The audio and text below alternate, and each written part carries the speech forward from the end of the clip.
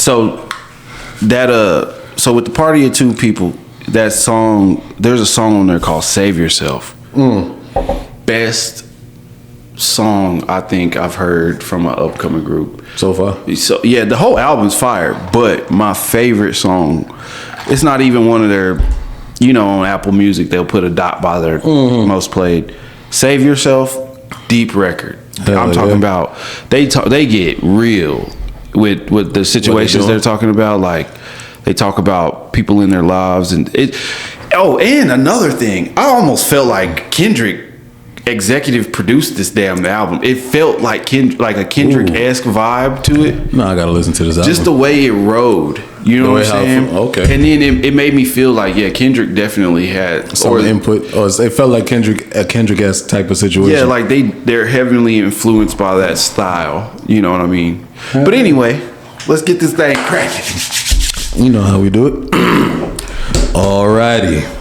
Welcome back to another episode of the Lyrically Acclaimed Podcast. I'm your host, Ill-Minded Taz. And I got the one and only ARCHIE. Man. Archie Boy in the building with me. What it do? And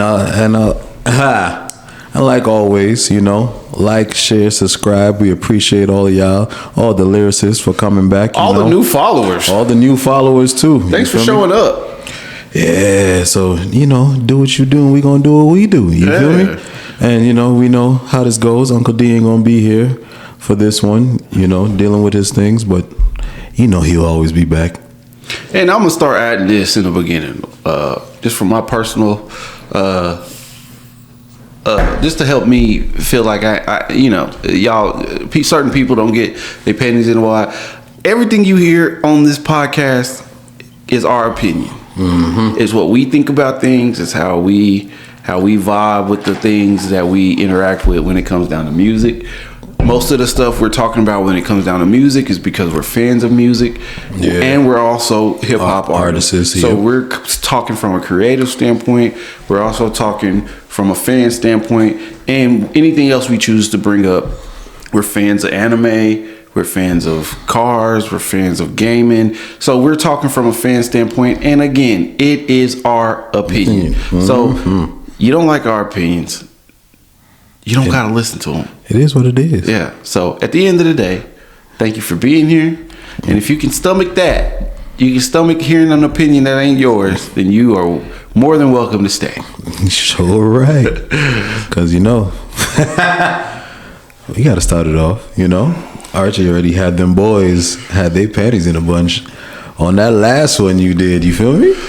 Yeah, I guess so. It's funny. The man, he went and did it. You know what I mean? He took Archie Rance and he went.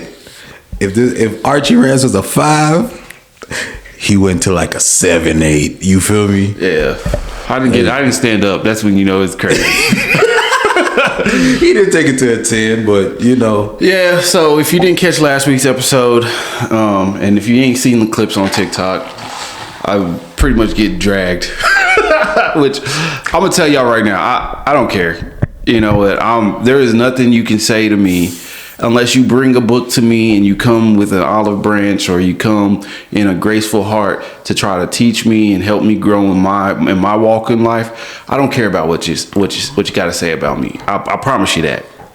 There's an old statement in that I live by that I'll put out there. If you ain't fucking feeding or financing me, I don't care. I don't care. Facts. So, the only thing I will address that I seen, there was a lady in the comments saying, why was I yelling? And I felt like the only reason why I needed to address that is because, like, I get very passionate about subjects. Y'all don't know me. Anybody who sees me on the internet, I'm the first time you ever see me. You hear me yelling, you hear me, talking with a lot of hoof, hoof, hoof. It's because, I'm a very passionate person. Can I learn how to tamp that down a little bit? Yes, I can. But again, I am who I am, and I hope you are who you are. And I hope you stand as strong in your beliefs of things as I stand as strong as mine. It don't have to look like mine, but I hope you stand in as strong as in your beliefs as I do. I believe in certain morals and things, and that's what I'm gonna stand on. Facts. But anybody else like that, Harriet gonna leave. Man, you know what? I don't care. You know what? If Harriet left me, I would have found my way where y'all motherfuckers was anyway, just to get on y'all nerves. Because I ain't got no place in the house. So and y'all say y'all gonna leave me. Well, you know what? Well, I may not walk the same path, but we gonna end up in the same place. Facts. No matter what you think of me or my opinions. And you know what? It's all love in the end. I'm not mad at nobody. I have a different opinion than most people. I look at life in a different way, and you may not understand that, and you may think I'm stupid, and you may think my opinion is stupid. But you know what? I have my own way of thinking of things. I've never been the type to move with a crowd. That's fact. I usually try when I see a group of people looking at something, I try to go around another way and look at it. And I don't feel like that's wrong. I just try to always keep an objective mind open. And maybe sometimes, it makes me say stupid stuff that everybody is like, oh, but you know what? I'm finding my way through it. You know what I'm saying? I'm finding my way around the things. So at the end of the day, I don't care. And the last thing I'll say, go ahead, is when it all comes down to it all, right? And full point period. And this is where when me and you were on the phone, I got to that point where I was like, you know what? Despite what anybody says or anybody thinks of me personally, I'm everything that my ancestors want me to be. Yeah. I'm breaking generational curses. I'm moving through life in a way that I know they would be proud of me. I'm doing things that they wish they could have did back in the day. I know they looking down on me, smiling and happy. Shoot, and the thing about that also is the ancestors that I have that were here in my generation, the ones that I have to watch pass. I'm moving off of the things they taught me.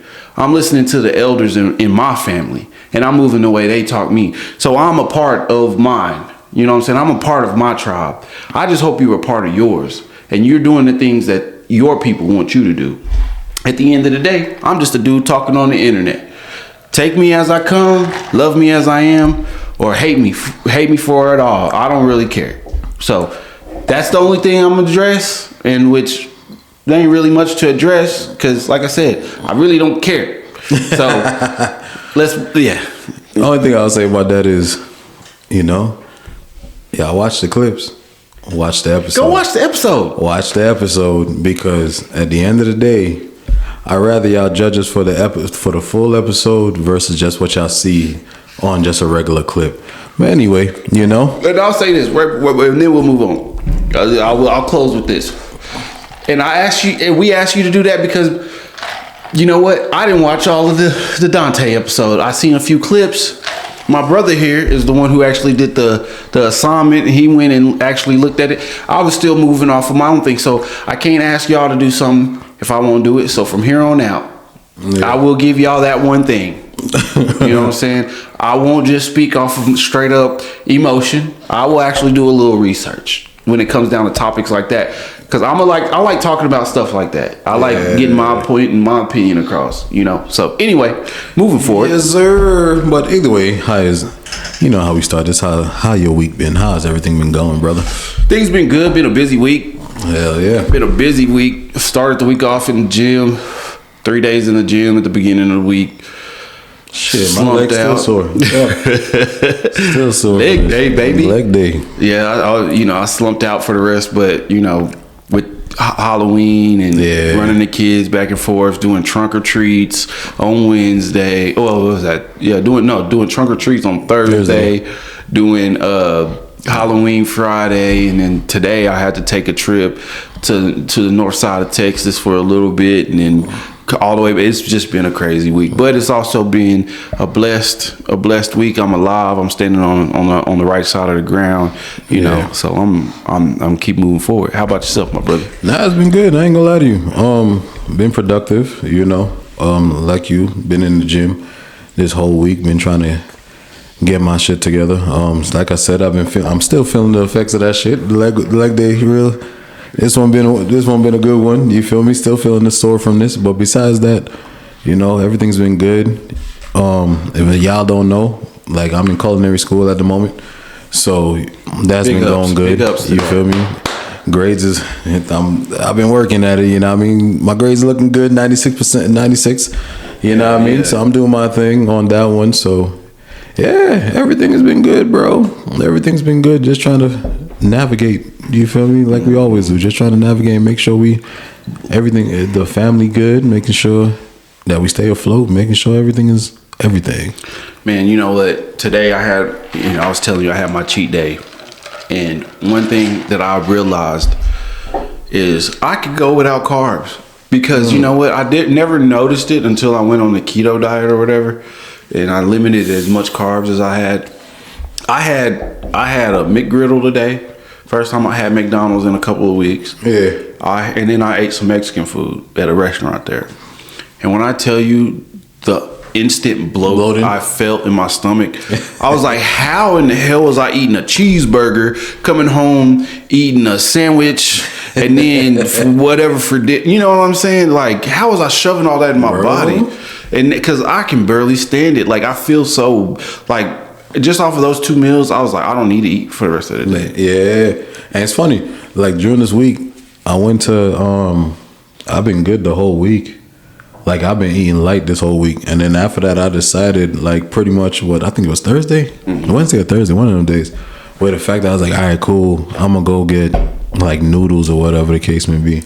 Man, I felt sleepy after that, bitch. And I was telling our coworker, I was telling Ivan that I was like, man, yo, bro, I didn't like that feeling after. Like, throughout the whole week, I've been good. I've been active.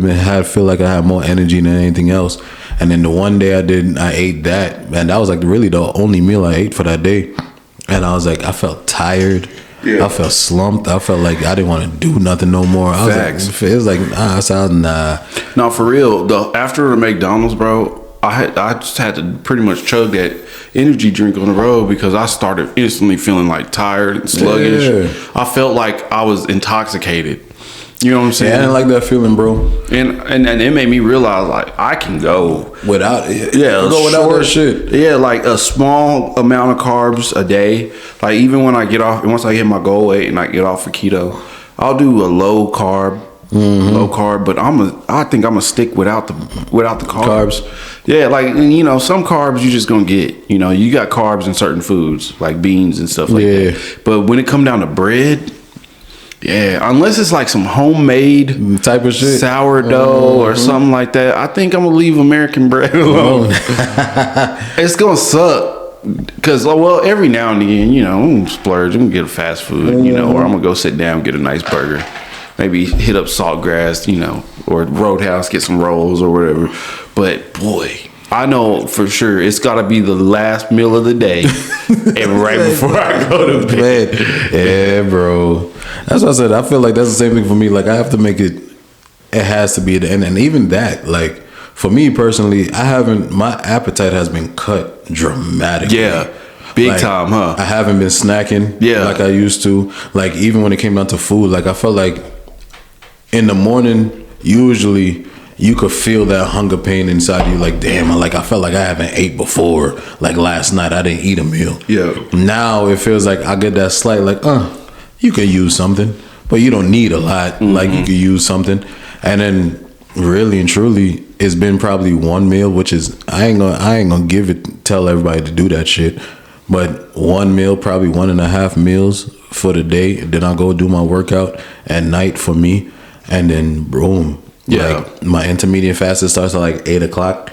And then after that, I'm Gucci. You feel me? Yeah, I've been going, I'll eat at lunch. Yeah. I'll find something to eat at lunch, try to get a good amount of calories in. So, like, if, you know, whatever I got, if I got to go home or whatever, or if I stop at like Chick-fil-A, I'll just get the grilled. I get 2 grilled patties or get a salad or something. And then after work, I hit the gym and then I'll eat afterwards. Because when I was reading, like, it was saying, like, if you it's best to eat about 2 hours before you go to the gym. Yeah. So that way, when you're in there working out or you're on the treadmill, you know, your body is everything you're working out. So you're on the treadmill, you're working on your legs or whatever. Your body is sending all that excess blood that you're not using in other places to your legs to help maintain. So you ended up just jostling around the food and when you're working out, and that's why people usually like puke when they're in the gym and they get a good heavy workout, or like even like a little meal, like it'll make you feel nauseous at the end of it. Yeah. So I try to avoid that. So I typically eat as like I'll get home from the gym. And then my girl cooks, and then I'll sit down and eat, and then that's the day. But I'm adding a little bit more food in because a little snacks and stuff because I'm not hitting my calorie goals, which I still. Yeah, I realize I haven't hit that either. Yeah, like, but it's helping like progress the weight loss. But I'm like, I don't want to be malnourished.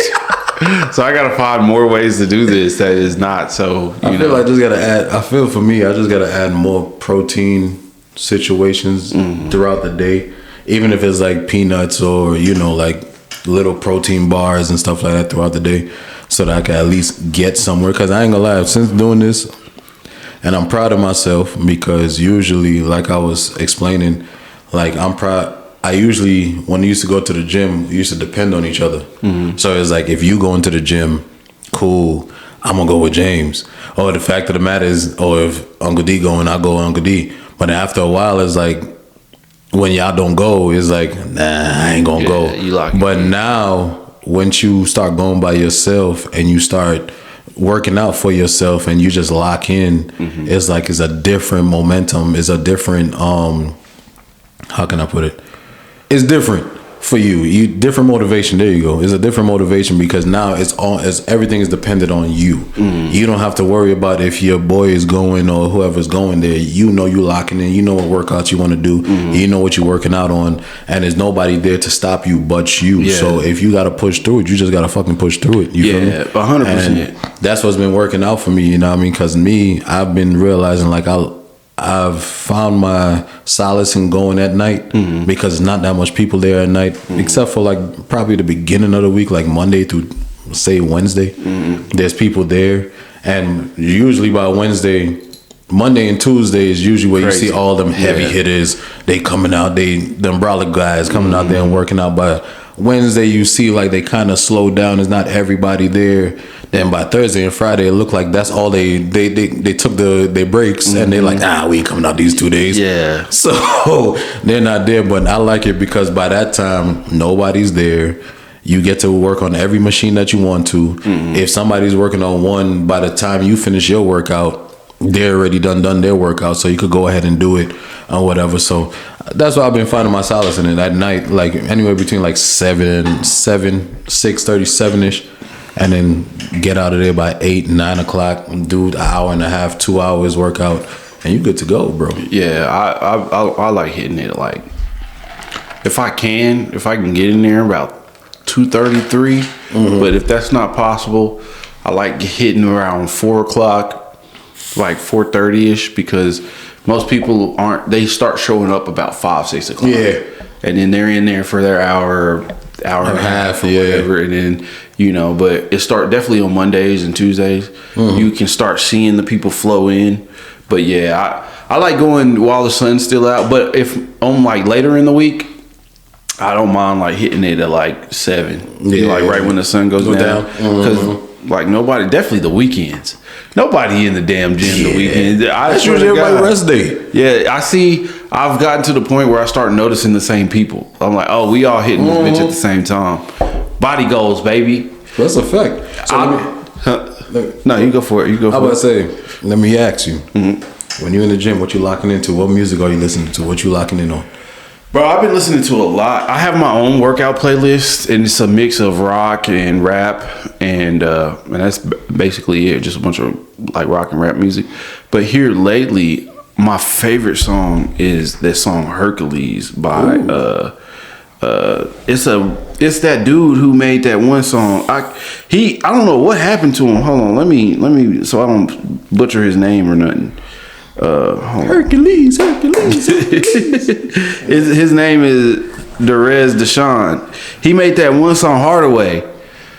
I ain't nothing for nothing. I just do Hardaway. Yeah. Okay, yeah. And he got this song Hercules. Ooh. And when I am on the treadmill, my boy, I lock in, and there's the way the beat hitting and what he talking about. You just going.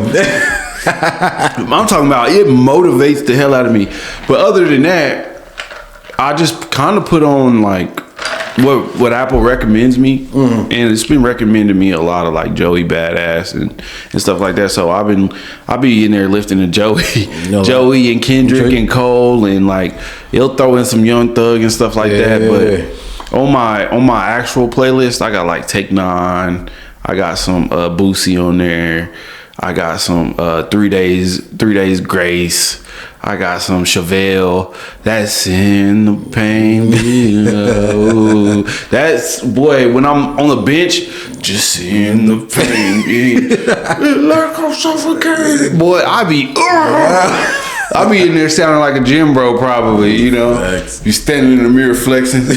What about you? What you been rocking to? I ain't gonna lie, it's been a mix. When I first started, I found this playlist on YouTube, this workout playlist. It started off with like the Rock's verse on that Tech 9 song that he had. Yeah. They started off with that. Then they started doing like mixes with Tupac in it, Tupac M, Ice Cube. I think they had a little bit of 50, but it's always been like the whole thing was more of a Pac. I could say it was like more of a Pac-esque type of shit where 85% of that playlist was all Pac. But lately here, I've been like tapping into different albums. So I did KOD. I did that album. I got to lock in on that, especially on the treadmill. Like treadmill makes you literally sit down there and concentrate. What you think of that album? It's a dope ass album. That's Cole has a lot of good albums to me, but I don't know. I just like that album. I like that a lot. For me, it felt like it's a staple in his career. Yeah, definitely because he was talking about the young rappers in the game, and it just fit that time, and it's still pretty relevant with some of the stuff he talking about to this day. Yeah. Not only that, I locked in with for GNX album. I locked in with that one again. Yeah. I sat down there and locked in with GNX album. Boy. Did the Joey Badass album. I keep saying Land of America. American Badass. Yeah. I locked in with that one. Made me really sit down there and listen to a lot of it, what he was talking about. Joey so underrated. People don't give him the flowers he deserved, bro. Not people I hear. I don't ever hear anybody giving him the boy. That last album, that front to back, that Lonely at the Top, boy. Yeah, and then I love the way he ends it with the title song. Yeah, I was like, Joey. Jesus. Yeah, but and I realized like because I watched a recent interview with him with Cam Newton on it, and he was talking about like a lot of these albums that he made. He said Lonely at the Top is the quickest album he ever made. He said usually all his other albums took him 2-3 years, and he said by the time the album comes out, whatever he was going through when he started the album, it's like he's not there no more. So it's like when he finally releases it, it's like it's not as personal or it's not where he was. That mindset wasn't there. So I was like, I understand that. So when he did Lonely at the Top, he said Lonely at the Top took him like about 6 months to do. So that's why he said this was the quickest album because he said where he was at and everything that was going on. He said it made sense to drop this now.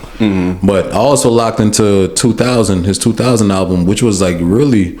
The way he was breaking down, he's like he has a narrator. It's like it's a storytelling album. I didn't finish it because, like again, I was locked in on while I was working out, and by the time I finished, I got up to the song with it was him and Chris Brown, where pretty much it was a story. It was pretty much a song.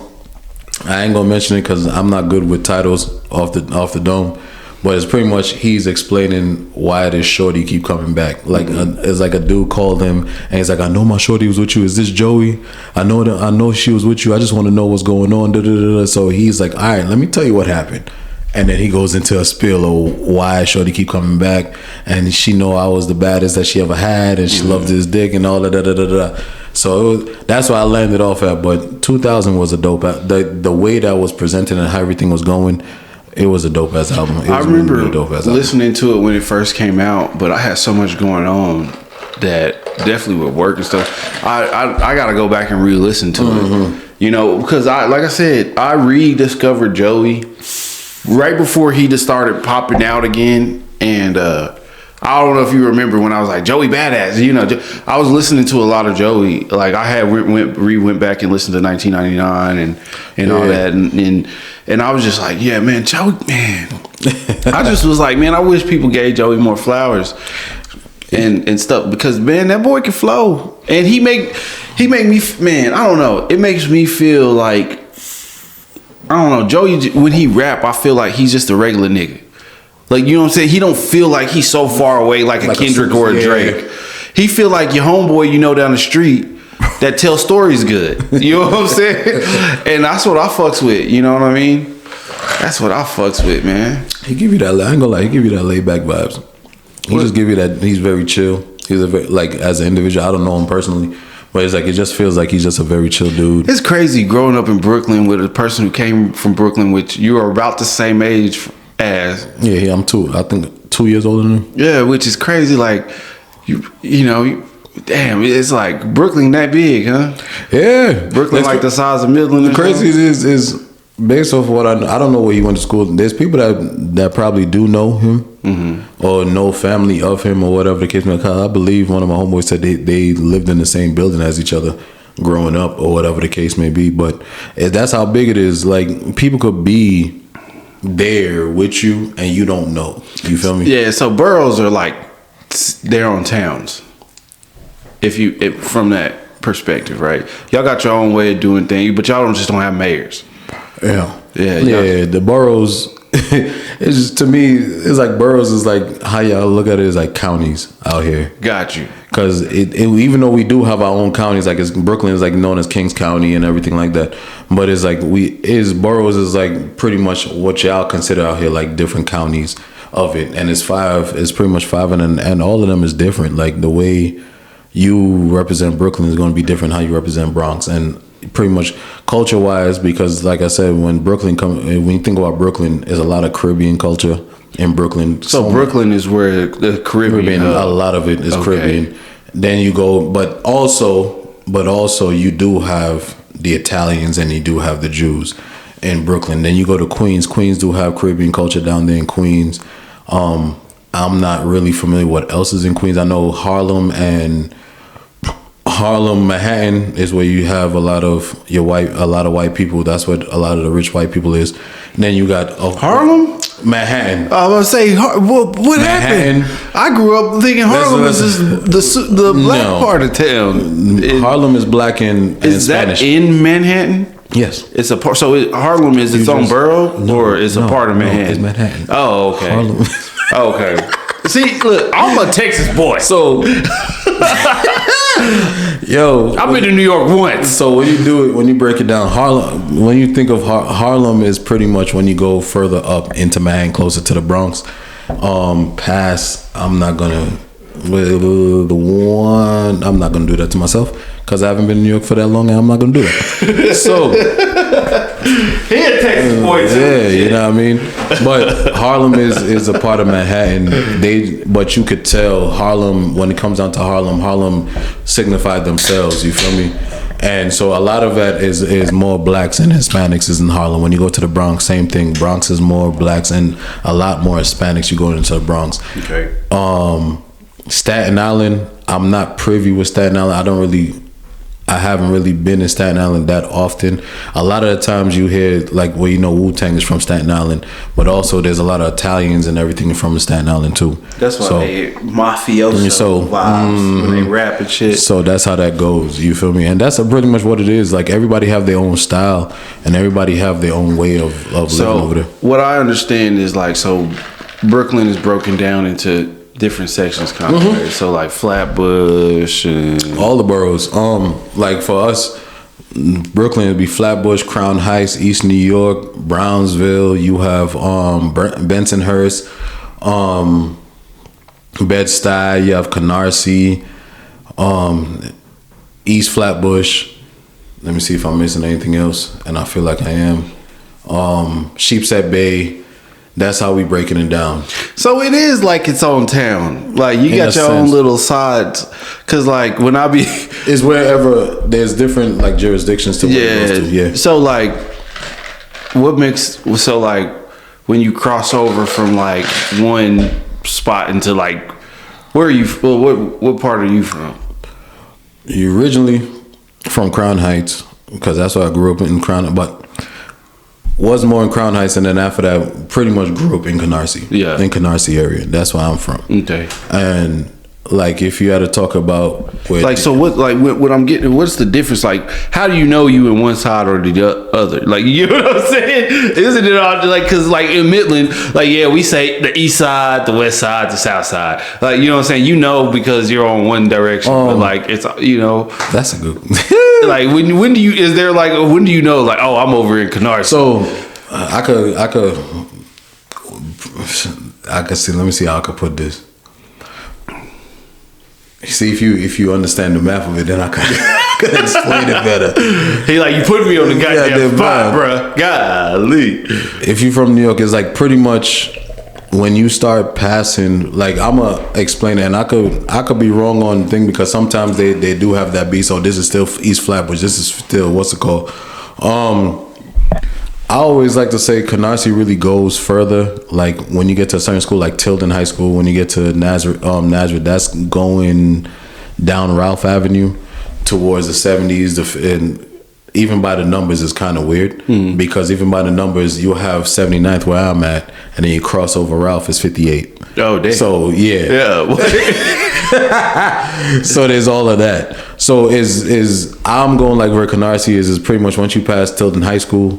Go forward down there, further down Ralph, then you have Canarsie area.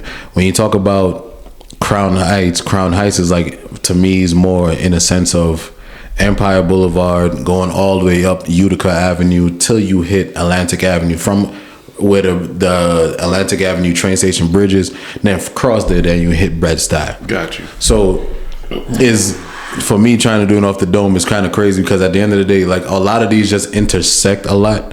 It's just literally is by either a street that you on, that on the other side of that is pretty much, that's where that is. Okay. So that's from West Texas M Square terms, like right now, everybody has like, we know what the east side is, right? So let me put it like this.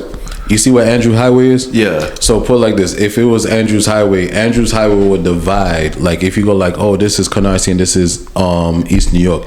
Andrews Highway will be one side would be Canarsie, the other side of that will be East New York. Got you. Okay, see, because look, I'll put it like this. So I grew up on the east side of town here, right? So everybody know we consider the east side from A Street over. Yeah. You know what I'm saying? Pretty much once you get to the Duck Pond, you on the east side, yeah. You know what I'm saying? But technically, the east side don't start until you cross Main Street.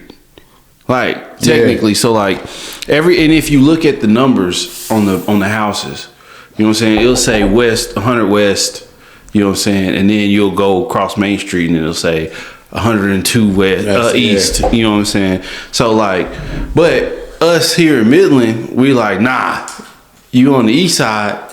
Once you pass the old stadium, pretty much, you go through the little rich neighborhood, you see the Duck Pond, that's the east. Yeah. Anything A Street over to Big Spring, A Street over all the way to Fairgrounds, to me, that's the east side. Okay. You know what I'm saying? West side is weird too, because you got different west sides over here, which is crazy because like you hit the west side where my pops stay, you know what I'm saying, in that area over by the Walgreens and the hospital and all that, that's a totally different area than over where I stay. You get what I'm saying? It's because this area over here is kind of like southwest, but like it's crazy like that, and that's why I was asking because it's not, like I said, it's somewhat like it's a similar situation because when you go over there, no matter what borough you in, because like I said, there's certain bars I can't tell like with Queens, I'm not good with Queens because I never lived in Queens. Really spend no time. I spend time in Queens, but is like a specific part of Queens because that's where Jay lives and everything like that.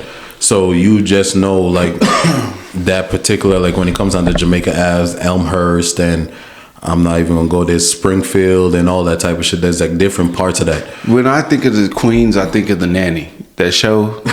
And what they live in Jamaica Heights or something like that. Yeah.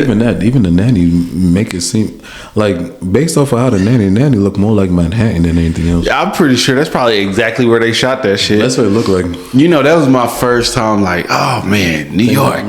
That and Home Alone 2. I was like, man, I want to go there. And Yeah, when he was in Central Park. yeah, boy, that was my first time realizing, like, yo. But it breaks up. Like when it comes down to New York, like New York City. Let's be specific, New York City, because New York, the state, yeah, is a whole different breed that a lot of us don't know really and truly. Because I can't tell you how Buffalo and Utica up there and everything is. I can't. Them eerie niggas. That's how they. I can't tell you. Westside Gun them all talk to say. I can't tell you that because even Yonkers is is going towards upstate outside of the Bronx. That's where Jada and them's from, Yonkers. Oh, okay. So that's going further outside of the Bronx. So, like I said, I'm not going to speak on the whole of New York City because at the end of the day, a lot of us we will visit all the boroughs because sometimes you just have to visit all the boroughs. Mm-hmm. But you usually know what your borough's at, you know what I mean? Well, see, and the reason why I asked, because we got on the topic of Joey, right? And he was talking about the different parts of Brooklyn in his track, and I was like, I wonder which one that he shouted out that my bro from, and so I was thinking about that all day, and I was like, I gotta ask this thing because I believe even D is from East New York. I say East New York. Yeah, I believe D is from East Flatbush area, if I'm correct. I'm not too sure because where Boys and Girls High School, the high school that he talks about, that's in Bed-Stuy. Mm-hmm. That's like literally the Boys and Girls is like literally you could say that's the name of it. Yeah, Boys and Girls High School. The motherfuckers ain't creative at all. Hey, bro. That's what my sister went to. It's been years. That's how it is. Because Boys and Girls High School is insane. Mm-hmm. They were like, you know what? Who go here? Boys and Girls. Put that on the moniker. Yeah, that's what it is. There's a bunch of them, bro. It's Boys and Girls. There's Public Service Here's a Tomorrow, and and Public Service have a lot of day schools for themselves. It's just Public Service, and there's a different name after it. It's a bunch of high schools, bro. But yeah, like I said, D is I believe from East Flatbush, if I'm correct.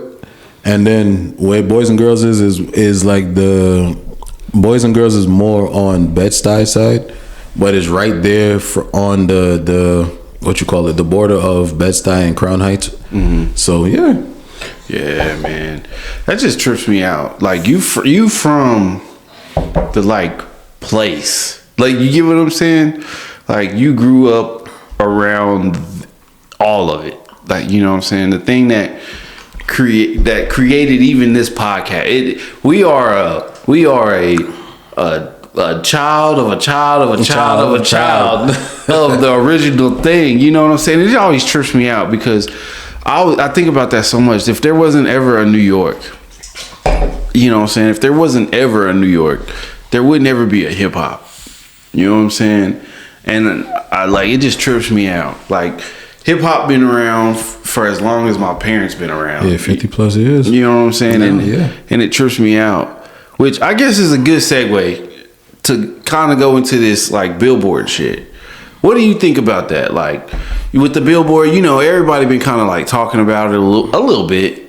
You know, everybody got their opinion on it, and I kind of got an opinion on it too. But like, you know what I'm saying? Oh. That we haven't have a hip hop song for the top 40. We ain't had a top 40 this year since, and it breaks a streak since the 90s. What is that? How like from your opinion? Definitely somebody like if we for real, somebody who really, you know what I'm saying, started rapping 3 years ago now. Shit, 4 years ago now. Yeah, 3 through 4. Really locking in with hip hop. You know what I'm saying, in that time period. Like when you see a thing like that, and I guess there was an article. I didn't read the goddamn article, but I just seen that shit and I instantly was like, okay. But you know what I'm saying? It's kind of crazy, but then it's not, because I feel like now we're in a point where we trying to get our footing back a little bit. Because at the end of the day, and I know we talked about it a lot of times, it's like it's stemming from the reemergence and the divide of the lyrical not more lyrical, let me put it like that, more lyrical rappers is coming out with the albums and Old heads popping out, old too. heads popping out. And to me personally, it is kind of shocking because not the fact that we didn't have good music, we had good music. Like people came out with dope albums after this whole Kendrick. Like I said, is the aftermath of the Kendrick Lamar and Drake situation, and we had albums that were great albums. I'm surprised, to be honest, that nobody's song, not at least one song, is on there. To be real. Yeah. Because I'm not going to say that we just had trash music. No, we didn't. This year we've actually had some bomb ass hip hop shit. From last year to this year, we had a lot of dope artists come out, and they really stepped their pen game up. Boy. So I'm really shocked. I'm not gonna lie to you. There's two things that like kind of were like, so my opinion before I go into the second thing that I was gonna say. So my first thing, my opinion is, I'm like, good. You know what I'm saying? I'm happy because finally hip hop not only has had the fucking weight of the world and carrying the trends and all that, Lift it off of them. and so many fake hip hop fans have flocked to it because there's people in the world who just love to be popular and they love to be on the thing that's popular. Fuck it, let country, let regular pop music go. Let them people float off. Mm-hmm. Like it's like cooking dope. You know what I'm saying? You know what I'm saying? You in there doing your thing, you know what I'm saying? You gonna have some bullshit that burn off. You know what I'm saying? We making the best thing that we can make. Right now I feel like the hip hop is cooking. Right? And so it's like, man, we in the pot, we mixing, we whipping, all the fancy shit that I'm not gonna tell y'all on this goddamn podcast. And you gotta let that shit bubble off. You gotta let the bullshit burn off, right? So that way we can give it I feel like right now, the fake fans, let them roll off. Like, cause everybody's talking about, I was listening to the Joe Budden podcast today, and they were like, yeah, you know what? And they kind of had their take on this situation, and they were like, there's only a few people who be charting anyway, right? Which I was like, facts. Yeah. Which is your Coles. Yeah. Cole been absent. Your Kendrick's been on tour. And your Drake been on tour. Future had his big one. They dropped 2 albums last year. We Don't Trust You and We Still Don't Trust You. He out of the way. Probably touring on that. Thug. Yeah. He flopped. He didn't flop. Let me not say that before all the Thug fans is talking to me like the Dante Kyle fans. It just wasn't one of his greatest albums. I'm put it like that. Yeah, I didn't really fucks with that. Thug was like, and then like Jack Boys, like, you know, your Travis Scott. I didn't really like that Travis Scott album flopped to me, but at the end of the day, there's you got none of them people are really rocking right now. Here's you know my what I'm thing. saying? Does that even bring a thing? Like with them not being out the way, like I said, we still had people like we said, Joyner had a dope album. We had the Clips had a dope album. You feel me? Even Tyler the Creator had a nice album. You feel me? When it comes down to that, it's like, okay, you take away, let's say, the mainstream. Yeah, mainstream. Exactly. Of it. You still had a lot of artists that came out with dope ass albums. That's why I say congratulations, because now hip hop can be hip hop again. You get what I'm saying? Now we ain't got the weight of the world to be trendy, and we can do what we want to do and what we've been wanting to do. Make music and good music.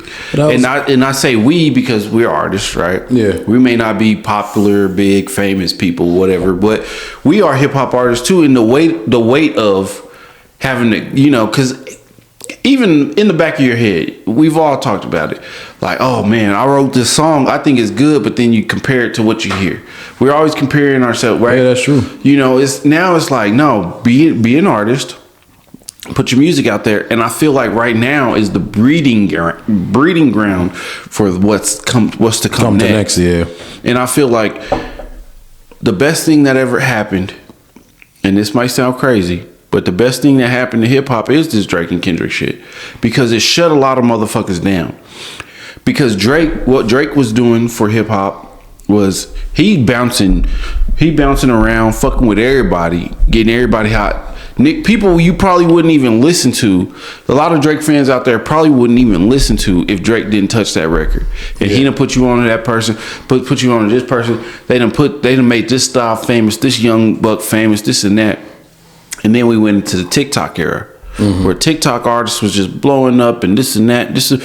Now all that shit is dead. True. It's dead. You know what I'm saying?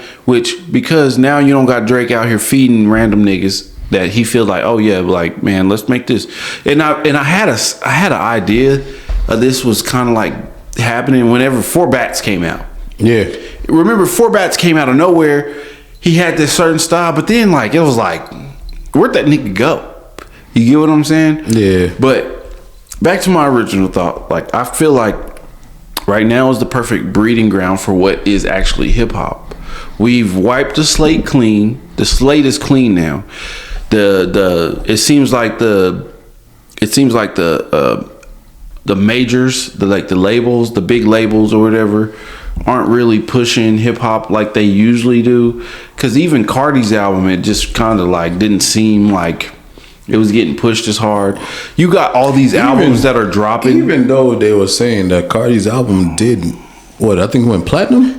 Oh yeah, but we'll see. Yeah, it's Cardi, but at the same time, I didn't really see much promotion for it. Yeah, and that's why everybody, based off of the Joe Budden's podcast, because that's where I've gotten a lot of information about it. It was like they felt like everything that she's done it off the back of her. Like when she's went to even New York and everything like that, and did what she did for that bodega and everything like that. She did it the old school way. She did the old school way, which everybody was like respecting it because it was like, damn, bro, she really went boots to ground and really did what she had to do. Mm-hmm. You feel me? That's what I said, which is crazy because looking at it here, it's like, damn, like real shit. And look at it. Ty Dolla $ign dropped and nobody knew. Yeah. You want to know what's crazy? What's that? You know when hip hop really hits on this album? What's that? Well, if you had to talk about rap, it don't hit till 50. Big X the Plug. Yeah, exactly. Hell at Night. Which is crazy. And Big X, and that's off his new album, which is kind of country. You know what's crazy there too? I ain't gonna lie. They've been on this. This is crazy for me. But know what's on this? Know what's on this billboard? What's up? Fucking I like the movie. I ain't gonna lie to you. Demon, what's it called? Demon Slayer? That Demon Hunter Slayer thing? Mm-hmm. That K-pop Demon Hunter Slayer? Yeah. They on this. Golden is number 2. Under Taylor Swift. See, all right. Now goes into my second thought frame, which I again, big ups to Joe Budden podcast because I'm an avid listener. Yeah. I fucks with them crazy niggas in New York.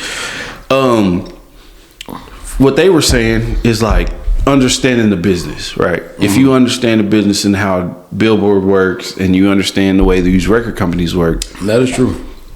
There's no reason to be stressed or worried about any of this shit. You know what I'm saying? Because like, you know how these handshake deals go and this and that, blah, blah, blah. Obviously, yeah, you're going to get it. Taylor dropped. You're going to get a bunch of Taylor on there. Morgan Wallen drops. Yeah, he's going to get too. You're going to get a bunch. But to me, outside of this is just how the label works, or this is just how the industry works. Because I'm not in the industry. I'm way outside. Like shit, I'm actually 2 counties away. You know what I'm saying? From where the industry is. You know, but the way I look at it is, it's not only just that. It's also showing that. I kind of feel like America has like, oh, we had fun with hip hop. Oh, we've had our fun with it. Now it's like, definitely if you think of the state of the political state of things and this and that, blah, blah, blah. There's that thing going on too.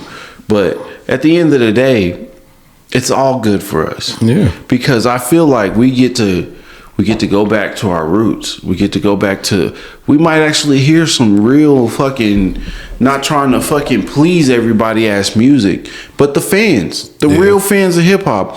And there's millions over from here to as far east as you can go from here. from the furthest west to the furthest. There's hip hop fans everywhere. Yeah. You got hip hop fans in Russia, in China. Germany. You got hip hop fans in countries you probably couldn't name. That's facts. But at the end of the day, they're hip hop fans. You know what I'm saying? And now we may not gotta, so that's my take. You know what I'm saying? My take is hell yeah. Fuck that list.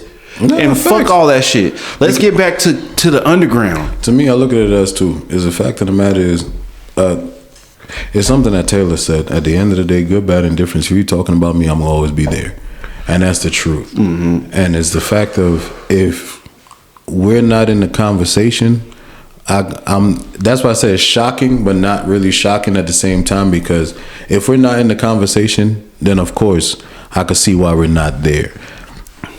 When it came down to even Taylor's her recent album that she put out, she said it like, yo, no matter if you have something good to say about me, no matter if you have something bad to say about me, if you're still talking about me, if you're still putting my name out there, what you think is going to happen? I'm going to still shine because at the end of the day, I'm still in the conversation. Fact. You feel me? And that's really what it is. If you're in the conversation, you're gonna stay in the conversation, no matter who it is. So now, of course, we on this reemergent status of everything, with the fact of, like we said, the aftermath of that beef, where everybody is like, okay, cool. Is either we're gonna get more either wordsmithy storytelling on that, or we either gonna be on the vibes of party vibes. Everybody's trying to find their lane and where they want to fit in that. All right, that's what so we're going with it. From that perspective, we've been getting a lot of lyrical. We've been getting a lot of The Alchemist. Have you noticed The Alchemist been popping up everywhere this year? So we've been getting a lot of going crazy. He on an underground He been going run. crazy, yeah. So, but we're getting a lot of that vibe, right? So there has. Speaking of, I'm glad. I'm love my brain because. Now we're getting a Big Crit album. Yeah. We're getting a Big Crit album. Coming back outside. So I'm like, okay. Let's say Drake and Kendrick beef, the West shut the shit down. And now everything's quiet. Now you got New York been going crazy. Yeah. New York been going crazy. Anything northeast and just north is just that's been feeding us here. But we ain't heard nothing new from Georgia yet. Texas, we got Big X to plug, but that man is mainstream by this point. He's loved in country in a sense on that last album. Yeah, he definitely went mainstream. That's what I'm saying. He mainstream. The new is there. Like, you know what I'm saying? Everybody's tired of the old artists. The old artists have had it's almost like some people's careers probably just went to hell, but a reset button. That's what it feels like, and it feels like now we get to emerge, and I feel like we're gonna start hearing a lot more regional music because, like I said, from Detroit over to New York, you know what I'm saying, and all that encompasses that, right? You hear that music coming out again. Like, people are like, this is it. We're keeping this thing alive and it's getting more eyeballs. I'm pretty sure in the West Coast, I'm not so tapped in with newer West Coast, but the South ain't had shit. You know what I'm saying? We ain't had nothing come out really. I'm trying to think of the biggest underground South artists from the South. None, right? So what I'm saying is, I feel like, man, things are about to boom. Yeah, and it's going to be in a way where, like, I feel like it's going to be in a way where hip hop, real hip hop, reemerges and regional music comes back really heavy. So you're going to have people from Louisiana making straight up Louisiana music. Yeah. People from Georgia making music that rocks with Georgia. People from Texas. People from New York. People from from Cali. It's all going to sound regional, and it's going to sound like damn near about when we were growing up. Yeah. You know what I'm saying? As I said, it feels like I said, it's a reemergence of it, because now is like I said from before, is either you're gonna step your pen game up, I don't know, I'm stumbling, pen game up, or you're gonna stick to what you used to. But a lot of it's pretty much that same. Y'all gonna sink or swim, pretty much. And it's time really, for you know what? It's and time that's for real. Because at the end of the day, like I said, as artists, you want to show, you want to shine, you want to have your year, you want to have your moment. Everybody want to showcase what they can do, and is based off of the aftermath of that is what you're gonna do next. You feel me? And that's what everybody's placed with. What is next? What should we do next? Should we stay with the vibe? Should we go lyric? Should we go ultra lyrical? Like, what should we do? Like, so now with us not being in that spotlight as we were before, now it's like, okay, cool. How can we reemerge? How can we come out? How can we be better? If artists is stepping up, they're gonna say, how can I be better than the last year? How can I do better than this? Damn, this person coming out with a dope ass album. Damn, you hear what he's saying? You hear what he's doing? Fuck. That's why we need to get on our ADHD shit. Yeah, that's a fact. We can't. Bro, it's time. Look. Silently, we've been talking about this shit for years, and we are seeing it come to fruition. Me and this man been having deep talks even before we had this podcast about the state of hip hop and where it's headed. And everything that we were sitting there yapping about is crazy. It's crazy. You may not believe us, but we predicted half of this shit. The power of the tongue is crazy because at the end of the day, we talked about the difference before the Kendrick, the Civil War before Kendrick and Drake dropped. We've been talking about this, and this is before, and I think this is even before we even started the first episode on the podcast. Yeah, we've been talking about this. We've been talking about this is pretty much the first day you started to pick up a pen. We have before all of this, before any of this, we've been having these conversations outside of that. And then once we saw this happening, and even when, shout out to Joe DePaul, when he even talked about the community, we talked about the community outside of that. We were talking about it's time to build our own ecosystem and all that. That's where the podcast was born from. Yeah, so it's crazy that we seeing all this happen, and it's like we, in a sense of our forefronters of what we've been talking about, we haven't really put out a project that was like, all right, cool, we have to be part of this. We may not be in the mainstream conversation as yet, because like I said, I'm gonna say that as yet, but we have to be in a part of a conversation of the newcomers coming in. You know what the most important part of it right now is? New music is being looked for. Yeah. Fuck the labels, right? Fuck the majors. They're gonna flock to wherever the new thing is. And that's what that's what the goal was, creating your own ecosystem. Yeah. Because sooner or later, these motherfuckers are gonna come to you, regardless, right?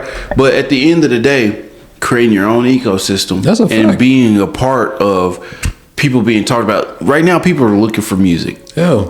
You put music out there, you market it the right way, you put the right shit behind yourself, because fuck these labels. Right? Fuck these labels. You don't got to have hundreds of thousands of dollars. Like we were talking, there's places like Bandcamp out there. Yeah. People like, you know what I'm saying? Stuff like that. You know, streaming, putting music out on Apple and Spotify, that's all good. But right now, it's about making a name. And it's about getting a fan base. Yourself. Yeah, and I feel like at the end of the day, and this goes to any artist out there, do it right. Yeah, bro. Get your shit right. Right now is the time. If you want a chance, the world is open to you. And here's my thing. The hip hop community is open to you. And here's my thing. We always like to say this a young man's sport. Real shit. We always like to say that because that's what we've learned, that's what we've taught, and whatever the case may be, because that's what we've seen. A lot of the artists came out here when they were younger, and whatever the case may be. I'm not gonna lie to you, bro. Don't always think that's a young man's sport, because when you live a life and you've seen certain things, your penmanship is different.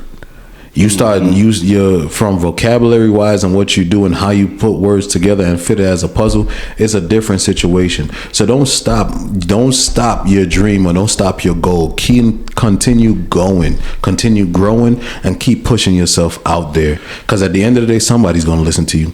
Somebody's gonna want the music that you're putting out there, and they're gonna sit out there and go like, yo, bro, I've been a fan of you since you dropped this and whatever. They ain't looking at your age no more. They like, I know how the younger crowd look and say, oh, yo, these is unks. But you gotta also look at this way. You rather longevity or quick? See, look, and My bad, bro. I'm gonna let you finish. But That's what you my hit whole something that my brain hit. Like you rather longevity because the message that you're gonna spread for songs that's gonna last longer.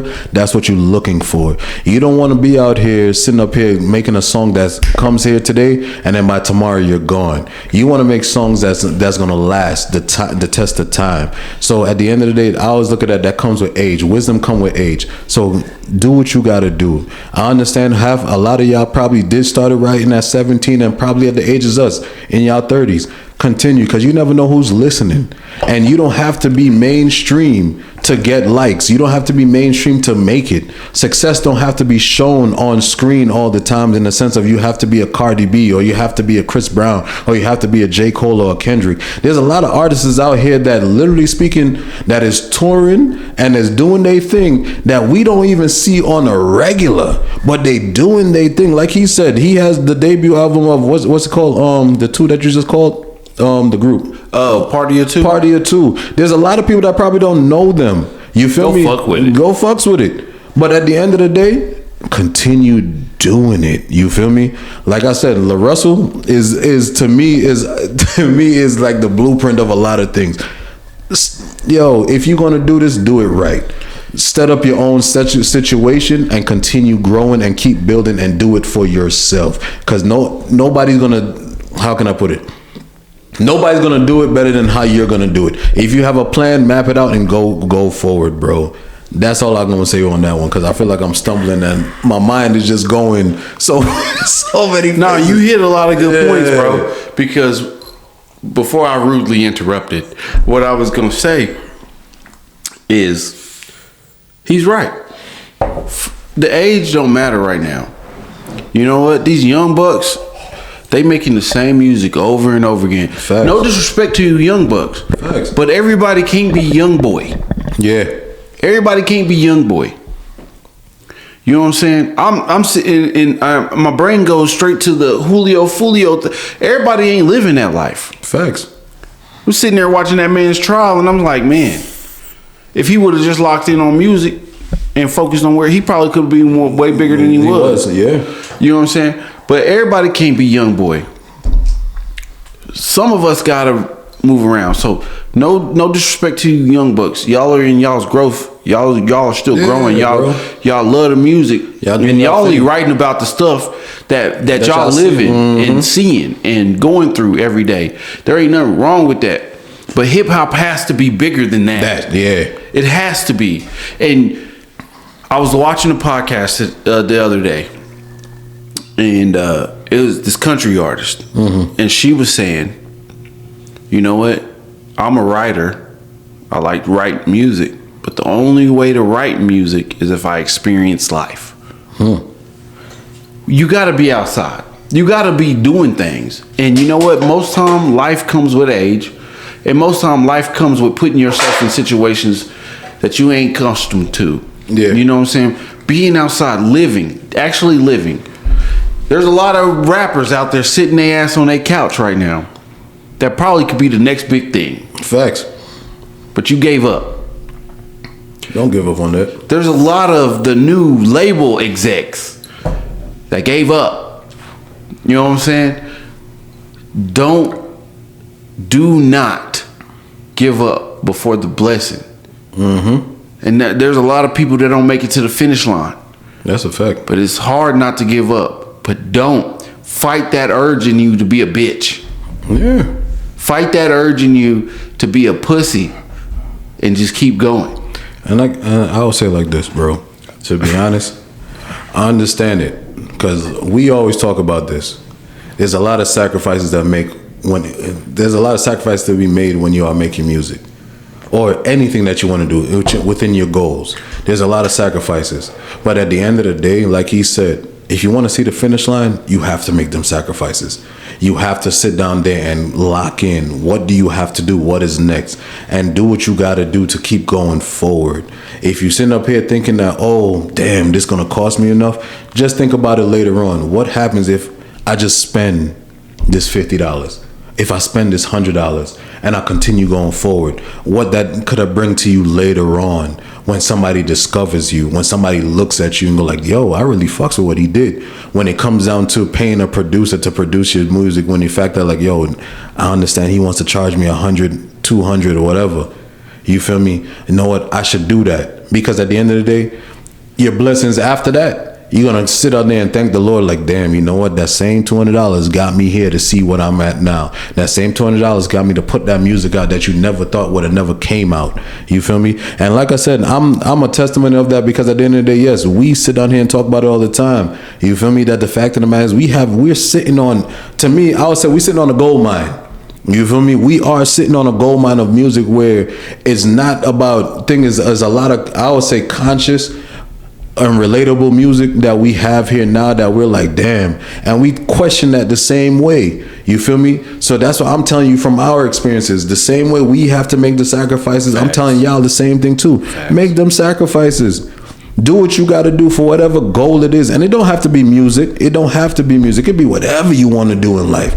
But make that sacrifice. Don't think about your age. Don't think about none of that. Make that sacrifice and you will reap the rewards of what you've done. You feel me? Once you keep doing what you got to do, because nobody can stop you but you. Your neighbor can't stop you. Your brother can't stop you. Your mother can't stop you. Your wife can't stop you. Your child can't stop you. The only person that can stop you is you, because we all make the same excuses that, oh, we got to feed the family. We got to do this and do that. Yes, I understand, and that's priorities. But when it comes down to it, like my pops always say, you don't ever want to what if yourself, because when you start what ifing yourself, you know you failed. You feel me? You know you failed, because at the end it's like, if I done this and if I've done that, I've talked about this already. You feel me? I've talked about that already. Man, going hard. Mike, you feel me?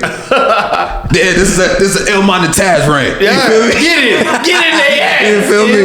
Get in their ass, yo. But at the end of the day, you don't want to fail out here, bro. Because I look at it as this: everything that I do, I'm trying to set up for my kids. You feel me? I want them to understand that I've done what I've done, and I made the sacrifices to make that everything's going to be better. You feel me? I know what I'm going through. I know what I'm dealing with. Archie knows what he's dealing with. But we sit up here on this podcast. This is once again a sacrifice that we're doing to come out to y'all and tell y'all everything that we saying here. Bring everything to y'all to the forefront. We're doing that here. We have families. We have lives outside of this. But we're doing it. And that's what we're telling you. Do the same thing. Make them sacrifices. You could do it. You could figure it out. Budget yourself. Whatever you got to do, figure it out, and y'all gonna do it. Because at the end of the day, even if it's 5 years from now, 10 years from now, you're gonna sit up there and pat yourself on the back and say, you know what, I did it. Facts. I fucking did it. I didn't stop. I didn't stop when the gun went off to start that race. I didn't stop and say, oh, I got to tie my shoes at this point. No, you continue running and you ran. No matter if you stumbled on this race, no matter if you fell on this race, you picked yourself up and you continue going until you could see you could cross that finish line. No matter what position you in, you cross the fucking finish line. Yeah. And that's really what it is. Make sure you cross that finish line. You feel me? Mic drop. And the only thing I got to add to that, because bro ate and left only a little bit of sauce on the side, in which I'm about to sop up. Scared money don't make money. You facts, bro. And if you're scared, go to church, baby. Facts. Real shit. Boy. Alright, what we got here today? Alright, You know what? We really deep into music. We really deep into music, man. Yeah, bro. What's that? This is something I know we were kind of chopping it up about. Yeah. That first song that locked us in. Yeah, that first song that locked us in.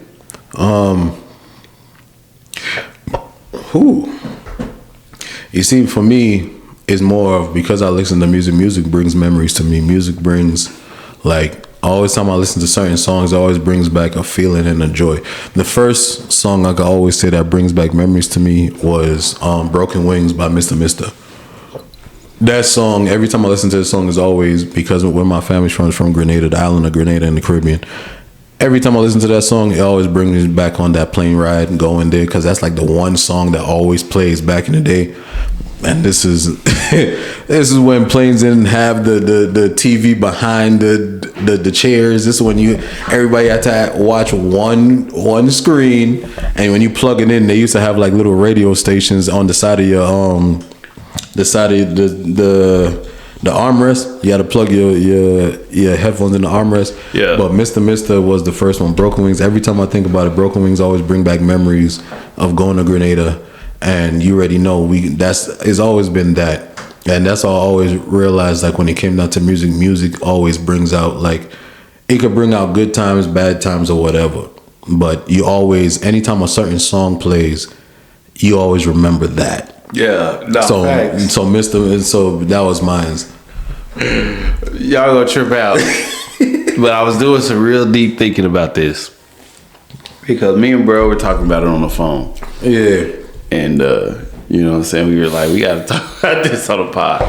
But the first song that I really remember making me being like, I fucks with music is a Cher song. Sure. Yeah. Do you believe in love after love? I remember it, look, vividly. I remember the moment too, because I was like, I like this song. I was young. There was this is back when you didn't have, I grew up in the late 90s. Yeah. I was born in 90, Trey.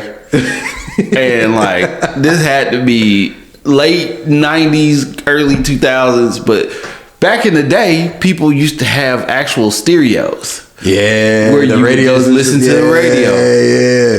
And I remember one of my big cousins, they had the radio playing in their room. It was a little box radio, you know what I'm saying? You could throw cassettes in it.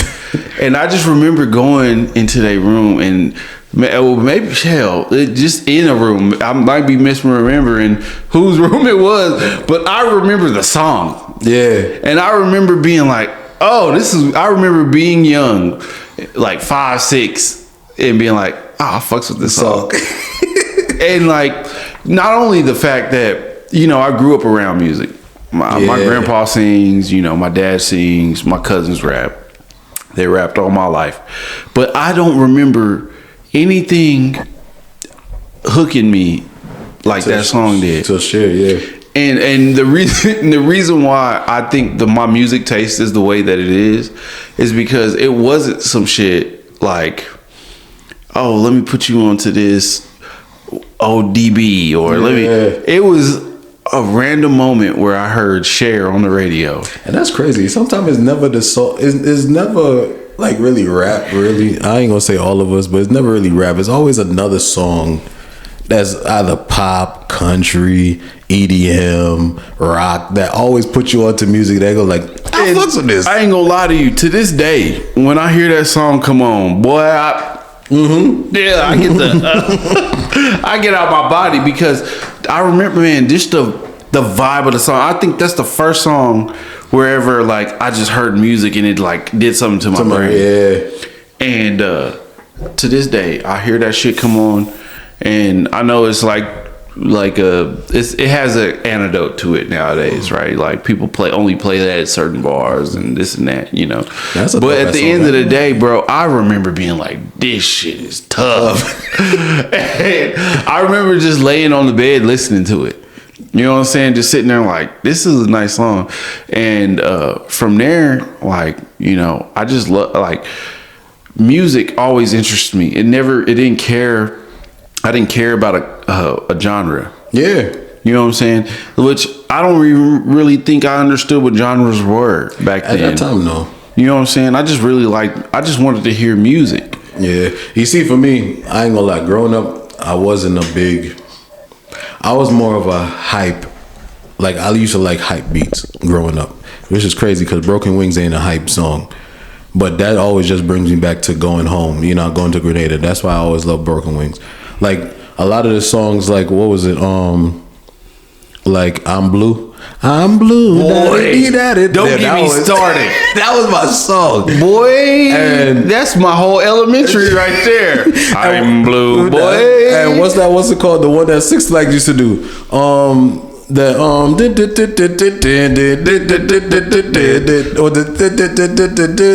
used to love them songs. That used to be my songs back in the day. Like I said, like Archie said, I didn't really differentiate when it came down to, you know, genres, because I ain't gonna lie to y'all.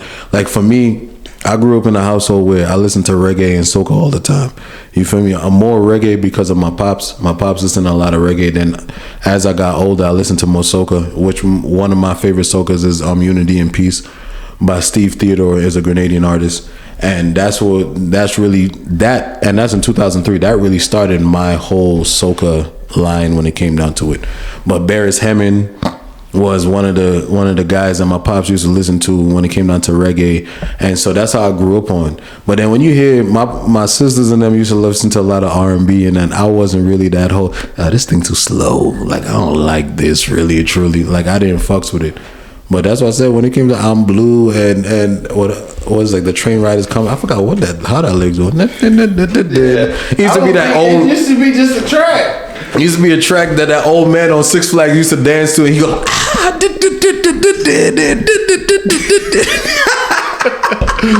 Yo, that used to get me hype all the time. That used to be my stuff. You feel me? Hip hop for me came later, like real shit. Hip hop for me started like I'ma just talk about me. It came in a lot when in junior high because I really wasn't in tune with hip hop. I'm not gonna lie to you. It's not the fact I didn't know, because my first music video when it came down to it, looking at was the Snoop Dogg, S&O and P and D and WG D and WG. That was my first music, like really watching the music video of Snoop. That was like my first little introduction to it, and then after that.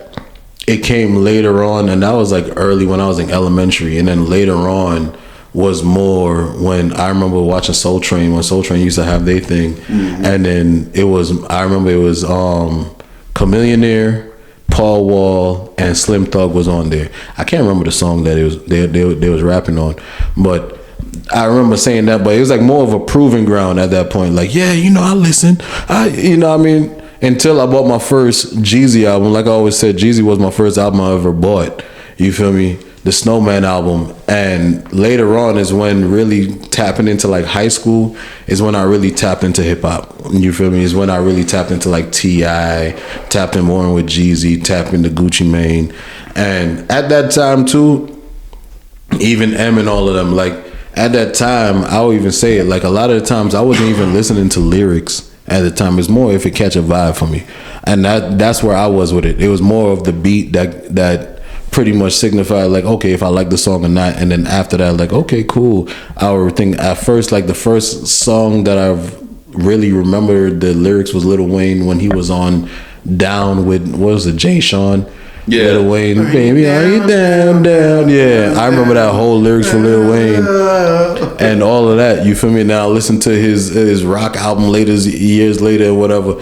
But yeah, that's what it was. But for me, at the beginning of it, music was more of like, yo, either memories. What songs bring me back memories?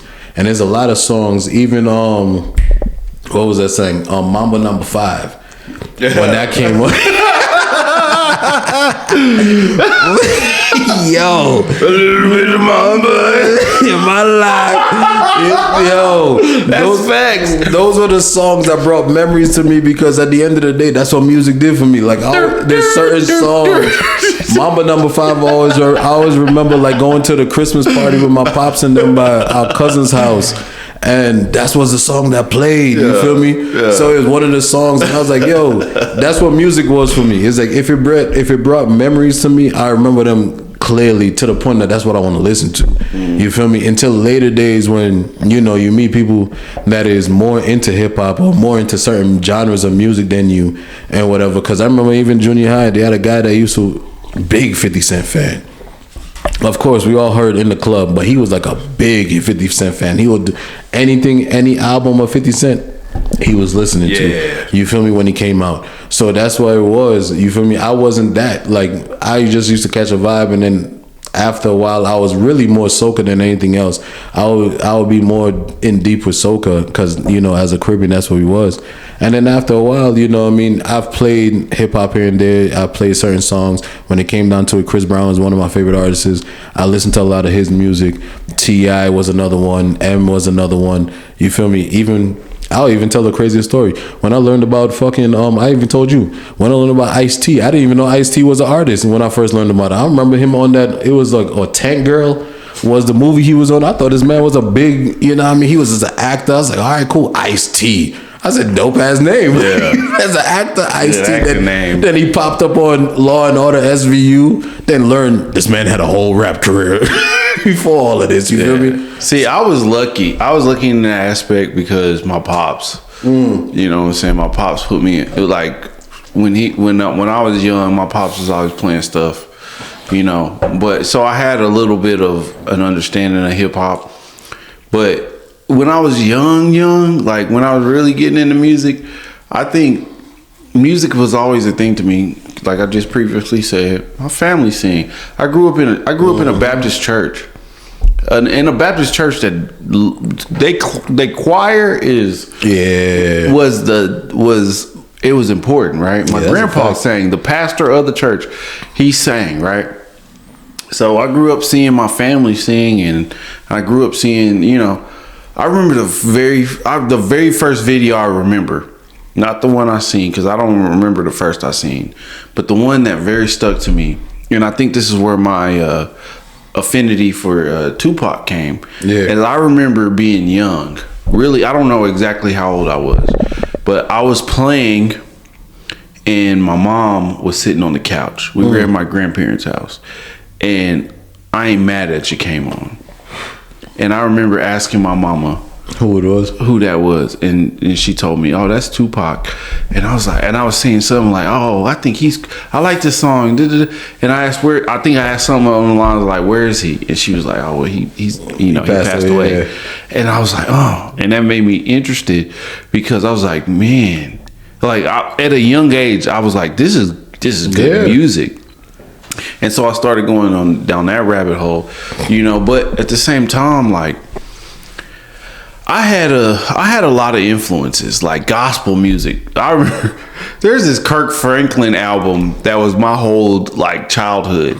Do you want to stomp? You know what I'm saying? That the one, yeah, boy, stuff like that. I grew up with my grandparents were strict. Yeah, they did not want that worldly music in the house, you know, and you had to like sneak and watch BET or MTV and stuff like that. But you know, I remember like the small times and then stuff like that. So I really grew up on just like a lot of like local stuff, like seeing my cousins and stuff like that.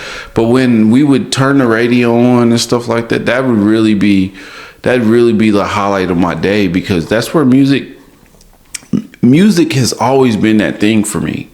It has been that thing. Like I would hear lyrics and I would hear what they were saying. And this is from the time I was young to today, right? And I'd just be like, these people are just saying what I feel. Yeah. A lot of them, like, and they say it in better words than I can express. Yeah. Like when I was young and I didn't know what to say, and I would hear certain lyrics, I was like, oh my God. Like, you know, they are almost in my head. And today, like, you know, I'll hear certain tracks and I'll be like, okay, you know, man, like I really feel that because that's what I'm going through. You know what I mean? Yes. But that's what brought me into, and I think that's why the Cher song, right? I think it got me because not only the beat, but like I thought Cher's voice was just like the way they did the little it's kind of like a EDM track, right? Yeah. But the way they did the auto tune, I think that's my first ever time like experiencing like a pop hit. And like it just felt like, oh yeah, I just wanted to dance, and it made me feel good on the inside, you know. And I think that's why I love music the way I do today. It's because I'm always chasing that feeling. You know what I mean? I'm always chasing that very first feeling of like, oh my God, I'm happy.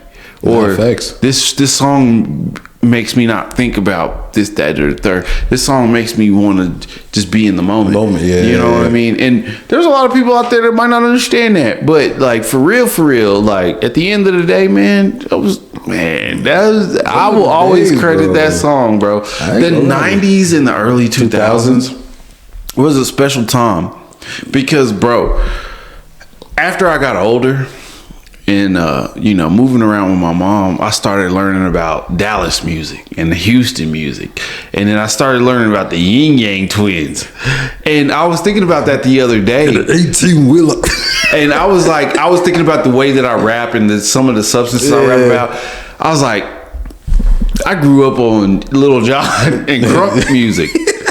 And that's why I be saying, like, the way I come at records and fuck this, I'll be like, I'm making some version of crunk music that makes sense in my head.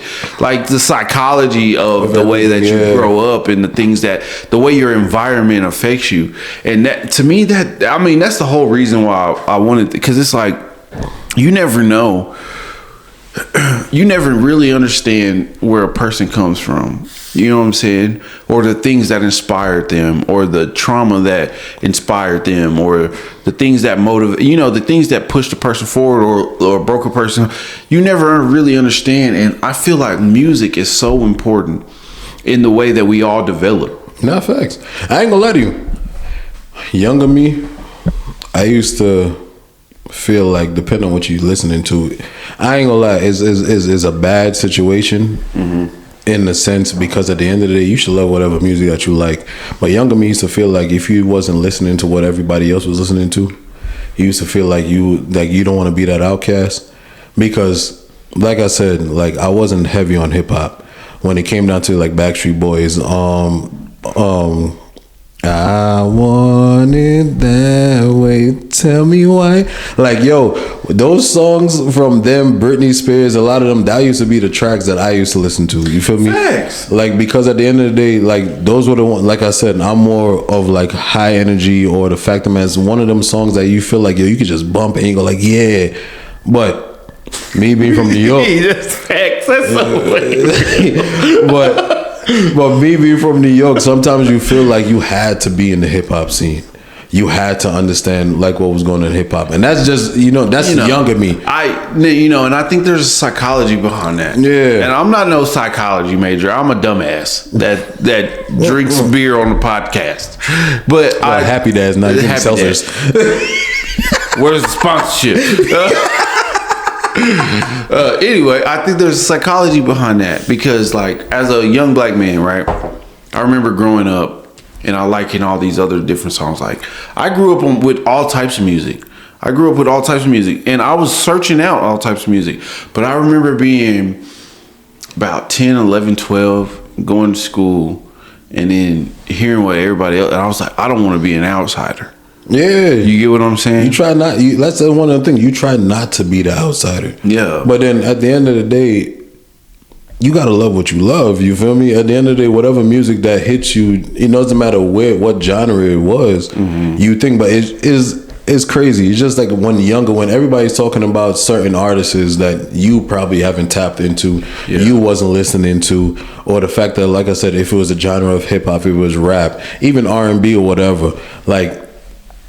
You somewhat feel like, damn, I don't know what they're talking about. See, and you kind of force yourself to go like, yo, I gotta listen to this now because everybody's talking about it. They not gonna say I'm black if I don't listen to it. I tell them I like Nickelback. They gonna be like, no, bro, for real. Like, as a black kid, sometimes it's rough because our community sometimes be like, bruh.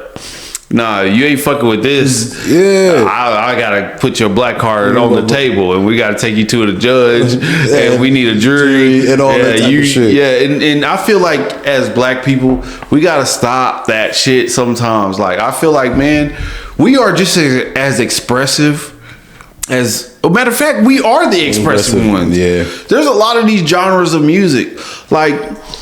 When I was a kid, I used to want to start a rock band so bad because I love rock music.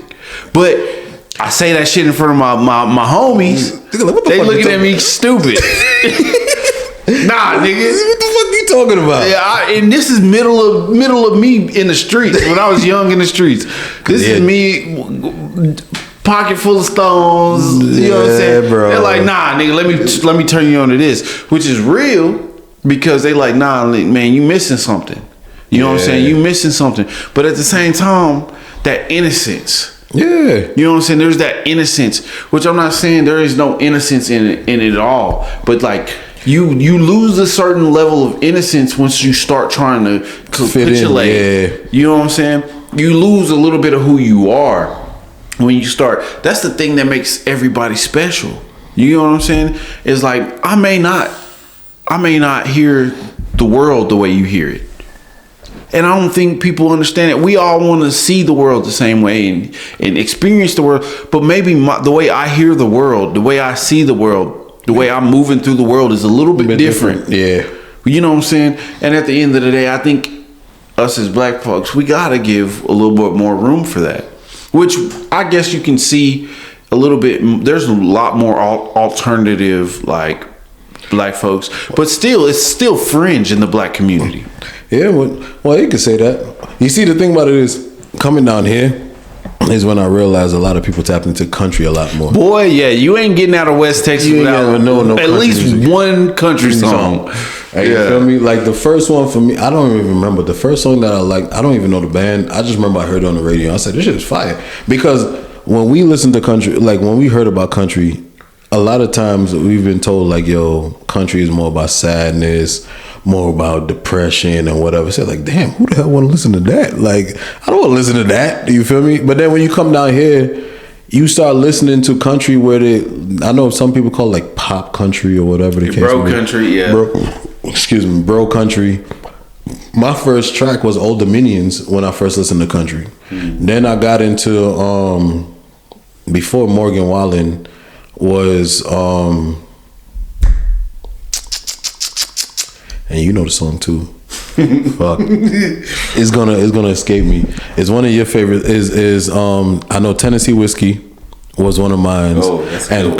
And I ain't gonna lie. Chris Stapleton, which I thought I ain't gonna lie to y'all. Country artists, Boy, the way he hit, don't crucify me. I already know where you going. I thought Chris Stapleton was a black guy. Yes. Before I even saw the him. soul in that man's music. Voice. But Shout out to Chris Stapleton. I thought he was black until I saw him. I said, "Damn, I ain't gonna lie." Look, I'm gonna tell you, I'm gonna piggyback off of bro. But in black spaces, here in Midland, Texas, you go to the right bars. That song is in rotation. That's it doesn't fact. even matter. That shit transcends.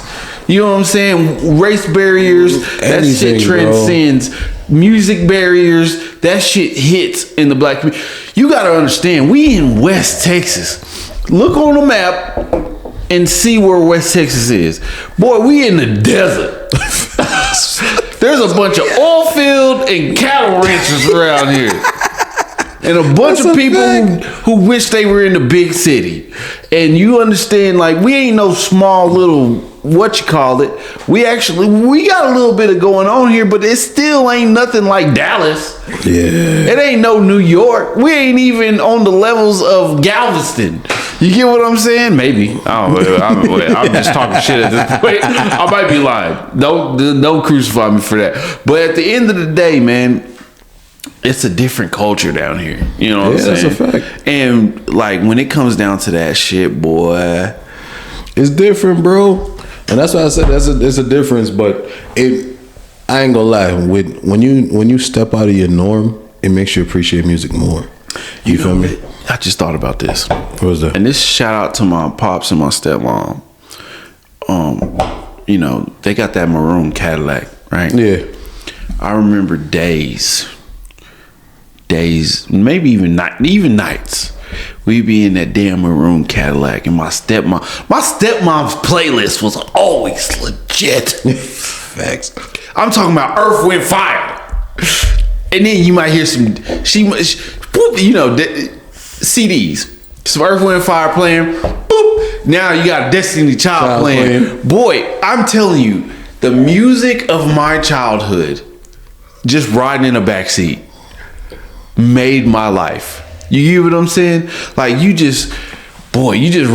riding in a gray Bonneville. And you hear some of the craziest soul records in your life. And you know what? That's why old heads are always important. Yeah, bro. They teach you. They teach you. They teach you. They might not even know they teaching you, but they teach you. inadvertently teaching you. That's a fact. That's why I even say on the Caribbean aspect, that's why a lot of us even go back to older tracks from the early 2000s, 1990s. You remember? That's why Bob Marley is a big thing for a lot of us, because at the end of the day, bro, you step back. This is what your parents was listening to. You feel me? This is what your grandmother was listening to. And a lot, even when you go like to the younger heads now that sit up there and like, oh, we're unks. Listen to a lot of their songs. A lot of them is referencing a lot of songs that came from 2000s. Cheap imitation. Early 2000s. Even, let's talk about it on the side. And Elise Chopper's new song came from Pac. First off, Hit him up.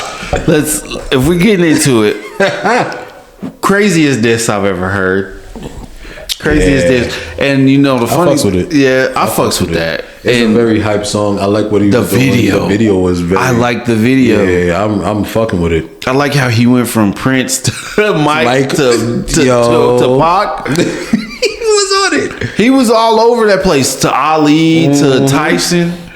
Like I feel like creativity like that in music videos. That it hasn't been a while, but he did something with that one where it gravitates you.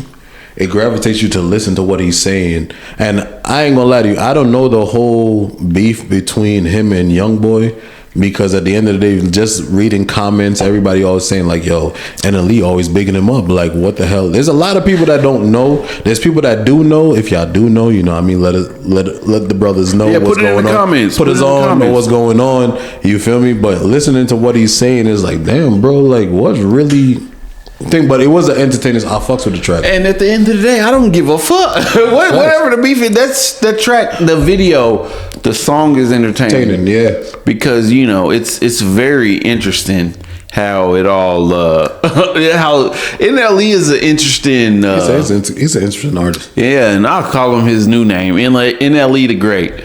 Bro, that's been one of the craziest journeys of an artist I've ever seen. Yeah. Because that boy, he seemed like he trying to tap into something. He on the edge of it. I feel like he's really trying to find himself. Yeah. Like, because he is one of the artists that I look at. I'm not really tapped in with, and there's certain tracks of NLE that I was saying, I fucks with this. I like what he's doing here, whatever. But even through interviews and stuff like that, it's like he's growing into who he wants to be. He went through all these different phases to figure out who he is. Mm-hmm. You feel me? And I respect it, because at the end of the day, as an artist and just as a person himself, I'm just trying to be me. You feel me? Fuck what everybody else wants to see me as. Fuck what everybody else perceive me as. I'm just trying to be me. And whatever quest or whatever he's going through or whatever, he's just going on his journey to figure out, yo, this is who I am. Young and you grow me? up in front of the world, yeah, bro, you don't get that chance. Like the boy got famous young. Fact. Same as Youngboy. They all got famous young. And like, you never know. Like these people grow and change. And I feel like that's the biggest part about fans, that we don't allow people to grow and change and become new people. That's facts. We don't allow we want everything to be like McDonald's. Have it your way. Burger King. Yeah, but it's all the same. We want the same. When I pull up to that goddamn drive-thru, you're gonna roast me on that one. when I pull up to the drive-thru, I expect my burger to be the same burger that I ordered last week. That's a fact. You know what I'm saying? When I turn on a Boosie track, I expect it to be Boosie. Yeah. The Boosie that I grew up with. You know what I'm saying? And when I turn on, like, you know, at the end of the day, we gotta allow these artists to change and grow. You know? It goes back to that conversation when we had even in the shop when it came down to, who was it? Was it Lil Wayne? I know Eminem was in the conversation when we said a lot of people said a lot of people like the pill popping Eminem versus the sober Eminem, and it was Future. Yeah, when he was like, "Oh, we like Future," in when he was talking about this and whatever.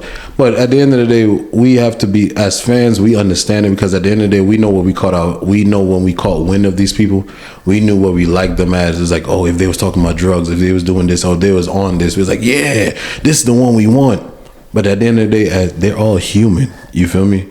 They all go through their own different things. We don't know these people personally. We don't know them on They're a just personal. entertainers to They're us. entertainers. You feel me? So as us, we're gonna like them at a certain era because this one we felt like they made the greatest music of all time when they were doing these certain things. But we don't understand that they could have been going through whatever the hell they was going through, and now they have to change their lifestyle because they're like, no, I can't keep doing this shit. Yeah, we basically throwing money at niggas and saying, dance. Give me that jig. Yeah. You know, like I heard this from a comedian. Well, I didn't hear it personally, but I heard it on a podcast from a comedian. And some comedians say, like, you go to a certain place and they just want to hear that one joke that and the whole crowd just wants to hear the same thing. And you're like, okay. Like, you know what I'm saying? And I can understand being famous has to be a fucking lot. We see a lot of the glitz and glam, and we see a lot of the positive, but that's the thing. They don't show us a lot of the negative of what it is to be famous, right? But we don't see the fact that, like, oh, they won't let me grow. Every time I start to say some new shit, they like, I threw money at you because I wanted you to say the thing. I wanted you to do the thing. That's like Ali Sadiq with Mexican on boots. Everybody want him to say that. That's that one I want joke. you to do the thing, which is crazy. It's crazy because he's like, he had to even address it. Like, bro, Mexican on boots was that, but I'm here now. Like, I move forward, and that's crazy. As his fans, we always want to hear that one thing, but we gotta also realize, everybody gotta grow. Creative niggas want a new thing. Think about it. Think about certain artists: Miley Cyrus, Sabrina Carpenter. You feel me? These are artists that came through from the Disney aspect or whatever. But we have to also look at it as they're not the same kids that they grew up on. They're all 20s, 30s. Taylor Swift even. Taylor Swift. I think with this last album, I think that's what her goal was, to try to break away from that I'm just a gentle white girl thing and maybe get into more I'm grown. And that's the fact. I kind of feel like that's what this album was. It's like, I'm a grown woman. I actually like doing grown things. Yeah. And that's a fact. Yeah. And we just have to appreciate, to me, I look at it as, if we are true fans, we got to go through the process of growth. We're supposed to grow with them. We got to grow with them. We can't expect them to stay stagnant in the same situations, because at the end of the day, if every artist that we liked at a certain point stayed stagnant, they wouldn't have fans. Because after a while, you're going to say the same thing. Nah, they sing the same tired old shit. They sing the same shit. They said that the last 2 albums ago. You feel me? We can't keep these artists or anybody, actresses, artists, no matter what. We can't keep them in the same pocket. You hit a nail right on the head, and that's the reason why we in the same position that's the reason we in the position we in today. All the music sounds the same because everybody wants the same, and then you sit around and say, "Oh, this music's trash." Well, nigga, maybe you got to realize this is a business. And you know what? A lot of these artists are locked into deals, and these deals mean like, "Hey, make me money." That's a fact. Make me money. And even, I ain't gonna lie, even on the labels part of it, shit, they don't make it any better. Because at the end of the day, if you knew an artist, let's say, was all they talked about was selling dope, and you knew that was the hardest track, the hardest album that they ever brought out with, you want to keep them there because they're like, oh, this was gonna bring us money. But at the end of the day, if that artist grew out of that, if that artist surpassed that and go like, yo, I'm not there no more, you have to allow them to grow and go like, yo, all right, cool. Where you at with this? Yeah. Where's your mental at? What are you going through? This is why I don't say shout out to Big X to plug on this one, because that last album that he dropped, even though it was more of a breakup album or whatever he was going through on that with whatever relationship or whatever, it showed a different light because he went into his country bag with it. It was a country rap album. And it was hard to me because at the end of the day, I was like, yo, this man, even though it's all about breakups, this man was talking, whoever the shorty is, he really made it a point to let you know. Whoever the shorty is got a strong back.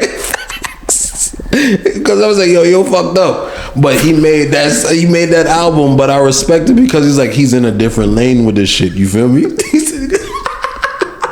I'm sorry. She got a strong ass. Yeah, that's crazy. Hopefully, Shawty, he was on top. Let me get a happy day from you, bro. It don't matter which one. Oh, it's the last one. Damn, bro. I ain't gonna take that from you. You sure? You know? You good. All right. Well, you know what? I think this is good. The one thing I'm gonna say, because we didn't talk about it, since we want to talk about the growth, I want to talk about designer. That new. Oh yeah, I'm glad you brought that up. That new flow that he came out with, like, I ain't gonna lie. Shout outs to designer, bro. Like, I ain't gonna lie to you. To me personally, if you had came out like that from before, From the jump, you would have been where you wanted to be. Because at the end of the day, you showcase that you got bars. You showcase that you know how to tap in and do what you got to do. And I get it, because I listened to other people and they was like, yo, you know what I mean? He followed a trend probably at that time. It was just like mumble rapping type of shit or whatever. And I get it, you feel me? Like, yo, you followed the trend because that's what was hot at the time. That was popping at the time. But with that, what was it, LOD, the LOD freestyle or whatever, I think that's what it's called, the LOD freestyle. You showcase yourself, bro. You really showcase yourself, and I respect it. You feel me? Because you showed out. That's what growth is. You feel me? That at the end of the day, you're not staying stagnant.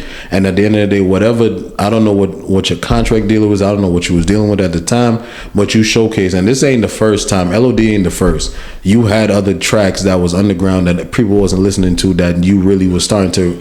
You was marinating and you was really growing with that, and you came to a point where now you here. You really. He a New York nigga too, right? Yeah, from Brooklyn. See, man, y'all Brooklyn boys, man. Yo. See, look, and 100% off of what he's saying. Like, man, yeah, we got Panda, which we got Panda. Yeah. We got Panda, and we got Timmy Turner. Yeah. But those are the only things you were ever going to be known for.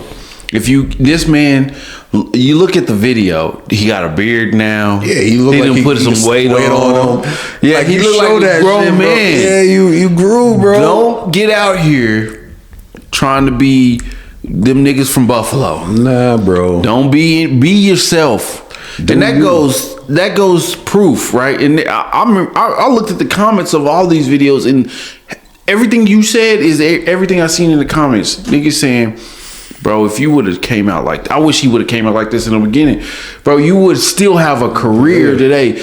But at the end of the day, I'm glad you are coming around. That's a fact. Get out here, bro. Do what you're doing. This goes full circle back to what we were talking about earlier. The field is open. Yeah, free bro. for all, nigga. Battle Royale style. Do what you do. Fortnite, nigga. The best, the king of the hill. That's what we playing right now. We playing king of the hill. Anybody and everybody got a chance. Mortal Kombat style. Get out there. Put your music out there. I don't care how famous you are or how you this is your first time putting the track out. Mortal Kombat style, do what you do, Fortnite bro. style. We out here, everybody against everybody. That's a fact. You know what I'm saying? But right now, this is what hip hop needs. We need the competition.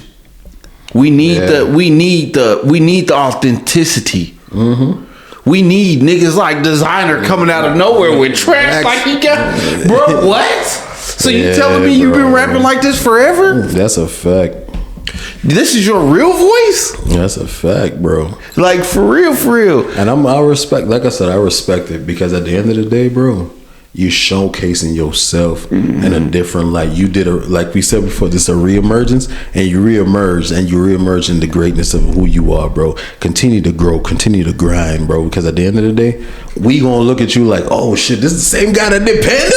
Nah, you can't, you lying. Yeah. And now everybody looking at you like, oh shit, Facts. Okay, Designer, I see you. I fucking see you. And that's how I look at that, bro. And that's like you said, piggybacking off of Archie. Continue, bro. And that's for everybody else. Continue. We at that point. Let's grow. Let's do what we gotta do. And for real, right now, it's man, dog eat dog, boy. Damn, Happy Dad started hitting me. It's dog eat dog, bruh. So at the end of the day, only the strong will survive. And I think that's what we need right now. At the end of the day, who gonna be the one just to come out of the fire? Who's the Phoenix? Is it a rapper? Is it a group? Is it a label? You don't know. Is it a new style? Is it West Texas Reloaded? Yeah, you never know. But the ashes are there on the ground. Facts. And right now, it's the apocalypse happened. It happened. Nobody want to say it, but it happened. We had the biggest battle, and it left everything shattered. And we'll just call it what it is. No, that's facts. You know, right now it is what it is, and I honestly believe I have my personal beliefs about why it's nuclear right now with hip hop, because we're probably the freest when it comes down to music. We get to say whatever we want. That's true. You know, but I'll save that for another podcast. Let me not get on another rant. Probably get Uncle D on that one to see his opinions. But at the end of the day, I'll tell you this: it's a free for all out there. And if you think you ready, jump into the fray. You know, it's Mortal Kombat style fucking setup, tier list, tower list. The Mortal Kombat tower, you know what I'm talking about. You start at the bottom and you make your way up. That's exactly what we dealing with right now in the hip hop industry. You know, at the end of the day, man, put your music out there. Don't be afraid. Don't be scared. Don't be scared. You know, test your limits. See how far you can go. Let's see what we can do with this thing. It's putty in our hands. And it's always been putty in our hands. At the end of the day, these labels never really had no control. They had control, but they ain't never really had control. Because hip-hop is way bigger than what we hear on the radio. It's a lifestyle. It's a movement. Mm-hmm. It's a way of thinking. It's a way of life. And then, like I said, it's your stories, your homeboy stories, whatever it is, bro. It's you that put that music out there. You put that story to the pen, and you the one that created. So at the end of the day, whatever y'all want to share out here, share it, bro. Do what you got to do. We all out here listening. You feel me? I think this is that time. Like we always said, this is that time for everybody to share their stories. Share, even if it's your homeboy story, share your homeboy story and whatever the case may be. Just make it art. Yeah. That's what I feel. That's where we at. We're creating art, a lot more art pieces now. You feel me? Mm-hmm. So do what you got to do. And with that, he's the Ill-Minded Taz. And that's Archie. Peace. The way I spit hits harder than an hour later. Y'all soon call me the new rap assassinator.